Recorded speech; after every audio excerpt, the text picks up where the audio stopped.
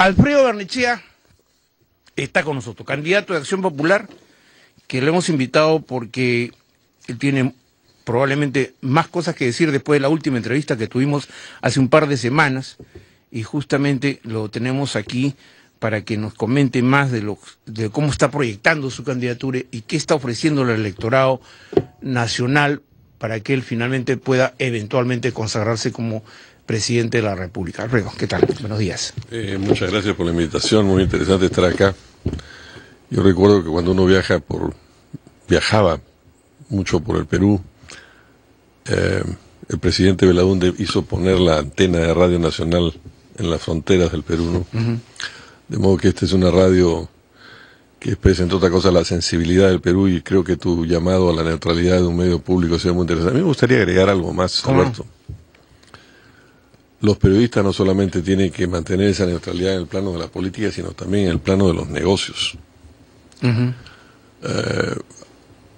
No es conveniente para la salud del país y para la salud de la prensa los frecuentes cruces de intereses entre gente que oficia de periodismo y al mismo tiempo gente que defiende intereses comerciales de empresas. Pero también deberías ampliar ese comentario. Correcto, pero como te digo ayer... Sé que esto no es simpático decirlo. No, pero claro, pero la prensa, que es un medio, yo soy básicamente un periodista, me pasó mi vida haciendo esto, pues la prensa también tiene que contribuir al restablecimiento de la salud moral del Perú, ¿no? Sí, no, totalmente de acuerdo. Además, ayer las expresiones que se hicieron respecto a este tema generaron aplausos extendidos, incluso de veteranos periodistas muy reconocidos. Muy acertados. No, y eso me parece muy bien. Bien, Alfredo, en 2 meses hacer una campaña para mostrar, bueno, 3 meses, pero digamos, empieza a descontar pues algunos días que de pronto no, pero digamos, yo lo pongo así porque a mí me gusta siempre ajustar los tiempos, ¿no? Para poder acelerar poner en marcha la locomotora, pero digamos, ¿cuál va a ser fundamentalmente los ejes de tu campaña? Eso me gustaría saber. Sí, mira, yo quisiera decirle, aprovechando las ondas de Radio Nacional. Estás en televisión también. Y del medio de televisión. Yo diría, Alberto, básicamente lo siguiente. Una elección presidencial es la ocasión para decirle a los ciudadanos de cualquier país dónde se quiere llevar al país en 5, en 10 o en 15 años. Nosotros creemos lo siguiente. Nosotros tenemos un programa que tiene dos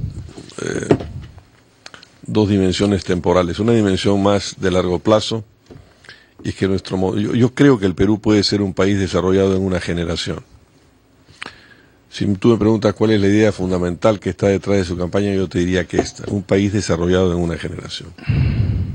Para que eso lo hagamos, sin embargo, tenemos que hacer fundamentalmente 2 cosas. En el largo plazo, tenemos que hacer que el Perú sea un país industrializado.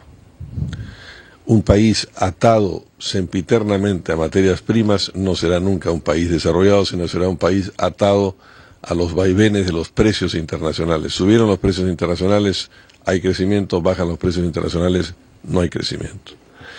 Para que haya industrialización, todos los países que se han industrializado tienen que tener básicamente antes un piso competitivo de energía. Y el Perú puede ser el país más competitivo en energía de América del Sur, puede ser un polo exportador de energía.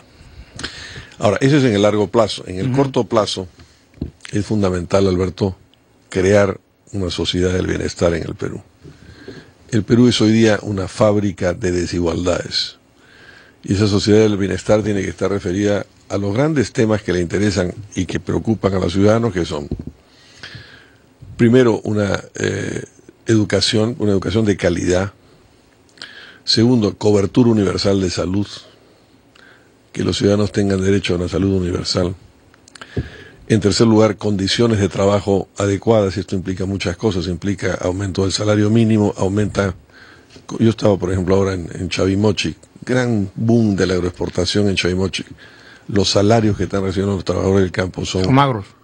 No solamente son magros, sino no tienen las condiciones generales de un contrato de trabajo. No había aguinaldos navideños en ese momento. No hay seguro. En fin, son condiciones inaceptables. Y obviamente el tema de la seguridad. el Perú tiene hoy día todos los recursos para hacer estas cosas. Entonces, en esta elección del 2016, Alberto, es básicamente, yo creo, un enfrentamiento entre dos grandes modelos. El modelo que representa el fujimorismo y al cual se han adscrito muchos de los otros candidatos que apoyaron a Keiko Fujimori el año 2011, o sea, que son parte del modelo, que es el modelo que sin duda tiene que haber tenido cosas buenas, nada es blanco y negro, pero que nos ha llevado a esta situación. Una situación en la que, por ejemplo, todo el mundo habla de educación, pero no se señala que en el Perú hay una enorme desnutrición infantil y por tanto hay una enorme parte de los niños de 0 a 5 años. Anemia. Anemia y desnutrición infantil. Sí. Que se concentran, por ejemplo, en los departamentos. Los departamentos punteros en desnutrición infantil en el Perú son Huancavelica y Cajamarca. Entonces tú dices, oiga, dos departamentos inmensamente ricos. Pero permítame que te interrumpa de vez en cuando, porque favor, lo importante es el diálogo. Resulta que sobre todo con alguien con la larga experiencia que aprecio tanto y respeto tanto como tú. Gracias por tu palabra. Pero digo, cuando yo vengo para entrevistar a un personaje importante y además tan lleno de información como la que tú tienes, porque tú vienes de hacer muchos comentarios y muchos trabajos de investigación, no es que es un improvisado intelectual, ¿no? Pero cuando uno revisa datos estadísticos o datos del Banco Mundial, ¿no? El Perú ha logrado en los últimos tiempos, no solo con este gobierno, sino reducir la pobreza. Sí. Y por otro lado, ha mejorado sus capacidades para dar programas de asistencia, que algunos llaman asistencialistas, ¿no?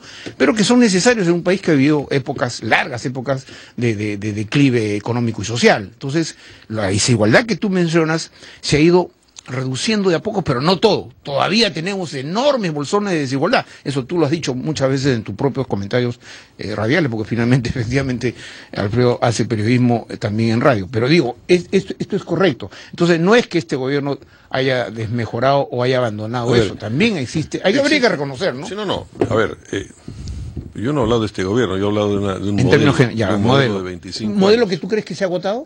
Absolutamente. Ya. Es un modelo, se ha agotado por muchas razones. Mira, un modelo que después de 25 años produce eso, no funciona. Un modelo que no protege a los ciudadanos peruanos, por ejemplo, a los millones de familias peruanas, no 10 familias peruanas, millones de familias peruanas que tienen deudas de consumo por las que están pagando unos intereses absolutamente exorbitantes. Un Estado que no protege a los ciudadanos. Ese es un modelo que no ha funcionado. Un modelo que no controla y no defiende los intereses del Perú en el tema del gas, por ejemplo. Este es un tema del que nadie habla. Cuando uno revisa, y es un tema del que yo he estudiado profundamente, entonces viene y te digo, usted se está volviendo velasquista, populista, comunista. No, yo soy peruano. Esto no es un tema de izquierda o de derecha, es un tema de defender los intereses peruanos. Yo sé cuánto vale el gas en el mundo y sé cuánto nos están pagando por cada embarque de gas y regalías. Eso es esencial. Este modelo no defiende los intereses del Perú. Este modelo no ha logrado dar a los ciudadanos peruanos las dos cosas fundamentales para las que se crearon los estados desde el comienzo de los tiempos: ley y seguridad. Ahora, déjame hacerte una reflexión al fondo de tu pregunta. Hay siempre, obviamente, una relación entre crecimiento económico y reducción de la pobreza. Si los países crecen, los países tienen necesariamente más empleos, más ingresos y la pobreza se reduce. Pero no sabemos si eso es permanente o eso es temporal.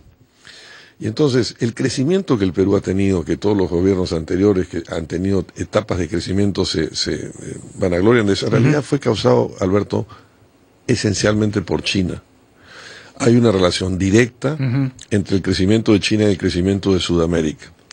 El caso de México y América Central está más pegado a los Estados Unidos. Correcto.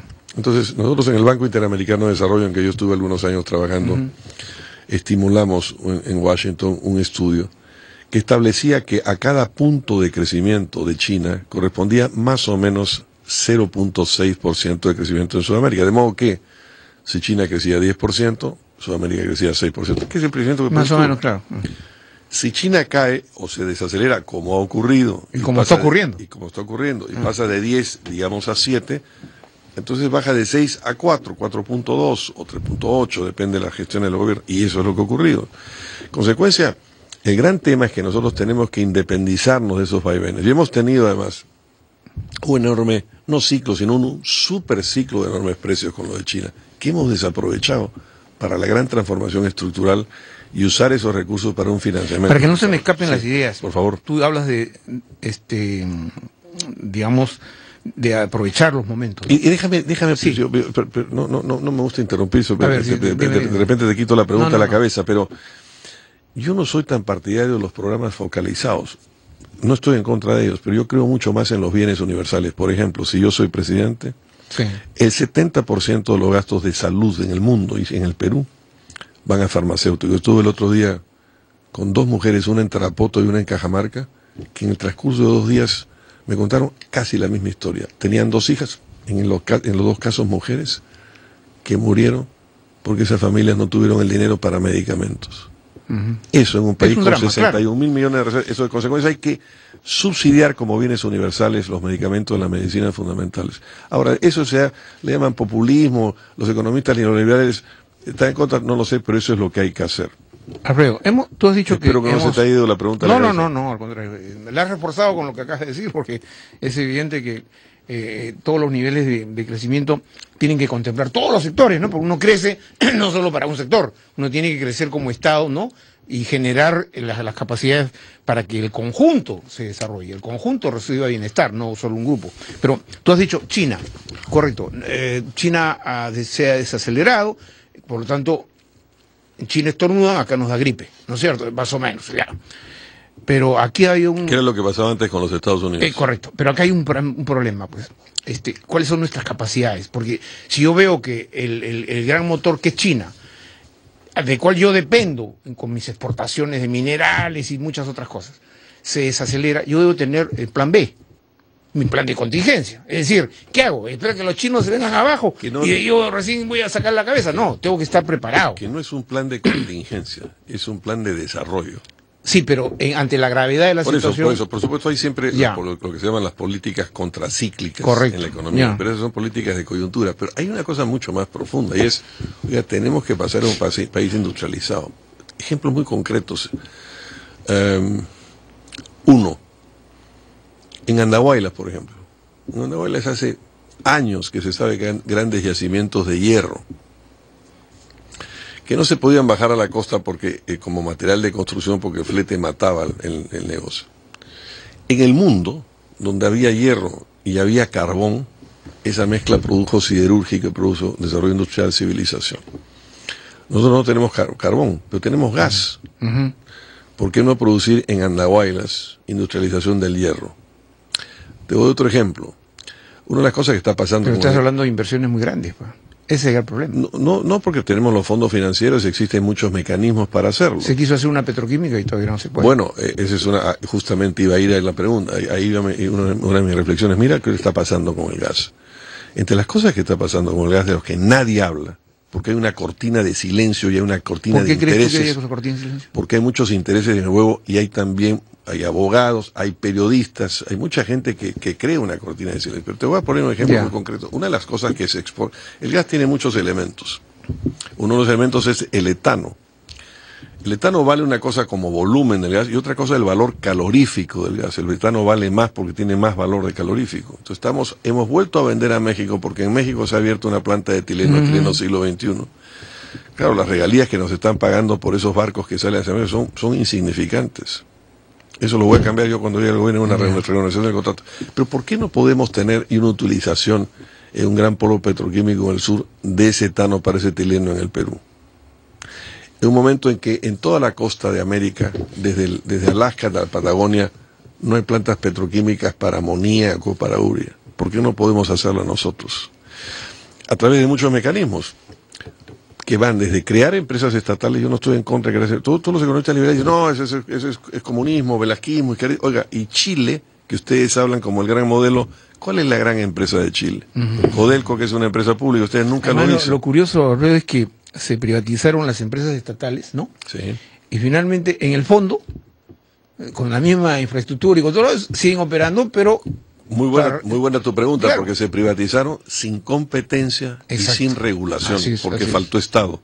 Eso es lo que tenemos que cambiar. Por eso es que yo siempre digo, mire, esta elección del 2016 Nosotros salimos tarde en la elección, somos un país, un partido sin grandes recursos económicos. Vamos a tener que respetamos como Belaúnde del 56, cuando dijo estoy aquí solo, sin matones, sin camiones, sin millones, pero con ideas para recorrer pueblo por pueblo y explicarle a la gente dónde tiene que ir. Yo en el fondo creo que esta elección del 2016 es una elección solamente entre dos grandes modelos. ¿Tú crees que el llamado sería... Uno es el fujimorismo y otro es el que vamos a representar nosotros? Sí, claro.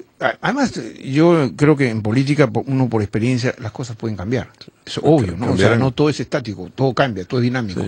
Entonces puede ser que la gente... Y de hecho, todas las elecciones del Perú, las últimas elecciones del Perú, el 2011, el 2006 y el 2001, lo que parecía que iba a pasar en enero fue lo contrario de lo que pasó en abril. ¿Tú confías en la capacidad reflexiva del elector peruano? Absolutamente, absolutamente. Yo confío mucho que los peruanos saben perfectamente qué necesitan. Y, cierto, eso es cierto, todos los ciudadanos peruanos saben perfectamente cuando miran la televisión, miran la radio. Mira, yo hice televisión muchos años. Sí. La televisión y la radio son grandes aparatos de rayos X. Puede que el ciudadano no tenga tu educación, tu ilustración, la ilustración de otros periodistas, quizá no pueda... Pero probablemente se den cuenta de mejores cosas que absolutamente. La que yo estoy de acuerdo. Y ven en la cara quién tiene en la cabeza y en el corazón el Perú y quién no lo tiene. Ya, por eso, tomando en cuenta lo que tú acabas de mencionar, a ver, ¿cómo vas a plantear el reforzamiento de tu campaña para poder justamente hacer que esos ciudadanos que no han decidido su voto, porque hay una gran mayoría de peruanos que están jugando, que sí, pues sí, pero al final la deciden en el último tramo de la campaña? ¿Cómo convencer al ciudadano de que la opción tuya es la mejor opción, tomando en cuenta el devenir histórico de Fernando Belaúnde Terry? Que como tú lo acabas de recordar, yo lo he recordado, yo he trabajado con el arquitecto cuando estuve al frente de CPN Radio, todos los miércoles hablábamos muy temprano, muy en la mañana, porque él tenía un programa de 15 minutos, entonces yo lo llamaba para decir, arquitecto, presidente, ¿qué va a conversar usted para presentarlo sobre el tema? Y él tenía pues las ideas clarísimas, ¿no? O sea, de lo que quería, ya no era gobernante, pero era parte de su ilustración política o de su docencia política, ¿no? Entonces yo digo, en eso resulta claro, pero lo que a veces habría que combinar entre el pragmatismo del político y la forma visionaria de un Belaúnde Terry, porque no todo es ser visionario, pues, porque tú sabes que el país es bien complicado, nuestro país es muy complicado. A ver, hay dos cosas que, ya que tú hablas de Belaúnde, sí, yo quiero destacar. La primera es algo muy importante, Alberto. Para mí es una gran responsabilidad ser candidato de Acción Popular, porque yo me estoy poniendo en los zapatos de Fernando Belaúnde, y yo tengo que seguir su ejemplo. Fernando Belaúnde gobernó el Perú dos veces, tuvo los grandes poderes a su disposición, y Belaúnde fue un hombre que no se arrodilló a recoger el oro que tenía a sus pies, salió del Palacio de Gobierno y se fue a su humilde departamento, que ni siquiera era suyo, que lo había comprado con una pequeña herencia de su esposa. De modo que ese es un ejemplo de integridad que ninguno, y cuando digo ninguno, es ninguno de los presidentes que lo sucedieron puede demostrar, porque todos tienen problemas judiciales. Entonces, pero déjame, porque eso tiene que ver con el segundo tema. Esencialmente lo que falta en el Perú no son propuestas concretas. Todo el mundo dice, yo saco a los militares a la calle, yo subo el aumento de salario. No, acá lo que falta es algo mucho más importante, que es precisamente lo que tenía Belaúnde, una visión de país, una visión global de dónde llevamos el país.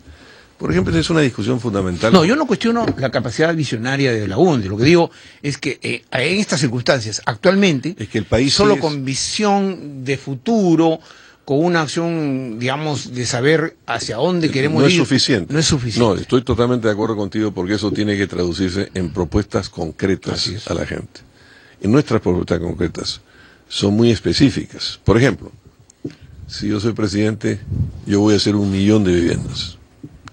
Ahora, cuando esto a veces me miran y dicen, oiga, señor, esto no es realista. Sí es realista, pero no solamente es realista, sino que Acción Popular hizo ya en 2 gobiernos, cuando había mucho menos población y mucho menos plata en el Perú, centenares de miles de viviendas, de modo que sabemos cómo hacerlos.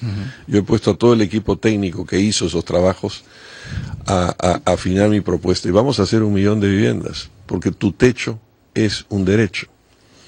Y es perfectamente posible hacerlo, y perfectamente posible buenas viviendas de calidad a precios accesibles, con financiamiento a 30 años, con tasas preferenciales de interés hipotecario. Esa es una cosa concreta. La segunda cosa concreta es que la gente recuerda mucho lo de la UNDE, porque creo que la residencia San Felipe fue obra de... No solo la residencia San Felipe. No, digo, pues, porque... Esa residencia San Felipe el que lo recuerda primero, dice... pero ¿no? San Felipe, San Borja, Lima Tambo, en Arequipa, Nicolás de Piedro, la Flora Tristán, es decir, 1 millón de viviendas. Es una oferta concreta. La otra oferta concreta es, miren, con nosotros vamos a yo estoy, por ejemplo, cosas que este gobierno ha hecho que son positivas. Ahora todo el mundo está haciendo leña del árbol caído. Yo quiero destacar 2 cosas de este gobierno. El seguro integral de salud, que ha avanzado. El SIS. Que nosotros vamos no solo a expandir, sino a universalizar. Y vamos a hacer subsidios y bienes universales en los medicamentos. Y otra cosa muy importante es la beca 18. Nosotros vamos a crear la beca 25. La beca 18 es para pregrado. Ha llegado ahora a unos 40.000 estudiantes, es una cosa loable, pero falta un piso que es para el posgrado. Ningún estudiante de Perú se va a quedar sin educación, porque nosotros vamos a crear los fondos públicos y fondos financieros para eso. También ofertas concretas. De modo que hay muchas ofertas concretas que podríamos hablar. Hay muchos temas para tratar, lamentablemente. Yo siempre he seguido tus comentarios, tus estudios y todo eso. Yo, a cada candidato me entero previamente del perfil para saber cuáles son tus fortalezas en esa materia. Y yo te pregunto, habida cuenta de tu experiencia internacional y todo lo demás, el Perú necesita reformas estructurales, y tengo apenas 3 minutos, me dice producción, apenas 3 o 4 minutos. Reformas estructurales. ¿Tú emprenderías una reforma estructural, por ejemplo, en el Poder Judicial, sin que esto vulnere la autonomía del Poder Judicial? A ver, porque hay un gran problema. Te voy a contestar muy rápido. Ya. Yo creo que hay nudos críticos en el Perú. El primer nudo crítico tiene que ver con lo que acabas de mencionar. El Estado no funciona. Si un hombre con dinero y un hombre sin dinero van a un conflicto en el Poder Judicial, todos sabemos en el Perú quién va a ganar. El que tiene plata. Eso tiene que terminar. Hay un núcleo crítico, el Estado no funciona. El que tiene plata como cancha.